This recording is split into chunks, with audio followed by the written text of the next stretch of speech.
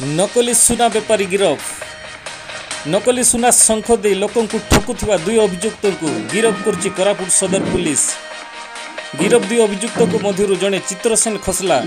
लिटी मालीगुड़ा कोरापुट एवं अन्य जड़े मानस खरा भालियागुड़ा बिसिंगपुर बोली सूचना।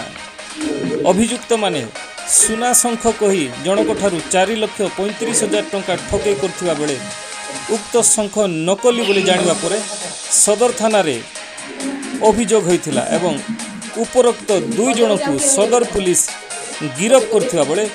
अधिक तदंत सदर पुलिस करुछि बोली कोरापुट एसडीपीओ श्रावणी नायक गणमाध्यम सूचना दैछन्ति।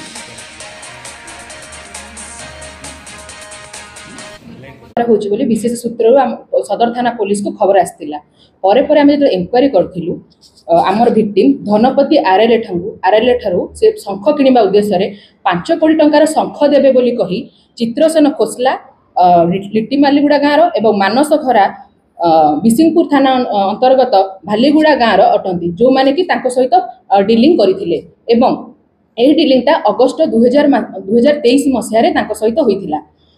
और सुना शंख देबे बोली कही से माने तांको ठारू 4,35,000 टंका नैथिले एवं जेतबेले 2 दिन परे तांको शंखर डेलीवरी देइथिले एवं से सुनारी पाखटे जाई चेकिंग करैथिले से शंखटी ब्रास रो बोली जणा पड़िथिला एवं से निजको ठकामीर शिकार होइथिबा भाबिथिले एवं से माने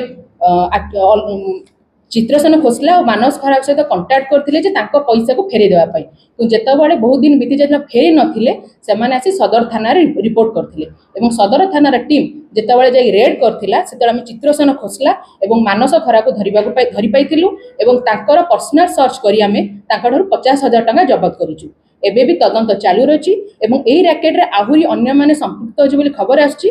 किंतु तदंत सरिला परे आहुरी केते जण लोक एथिरे इन्वॉल्व अछंती एवं संपूर्ण टंकार सविशेष विवरणी मिलि पारिबो। 420 और 506 ये अभियुक्त गिरफ करछथि ताकर पैसा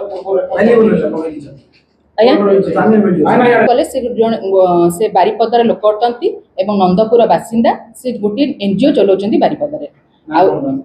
तांको नाम होउची धनपति आरएलए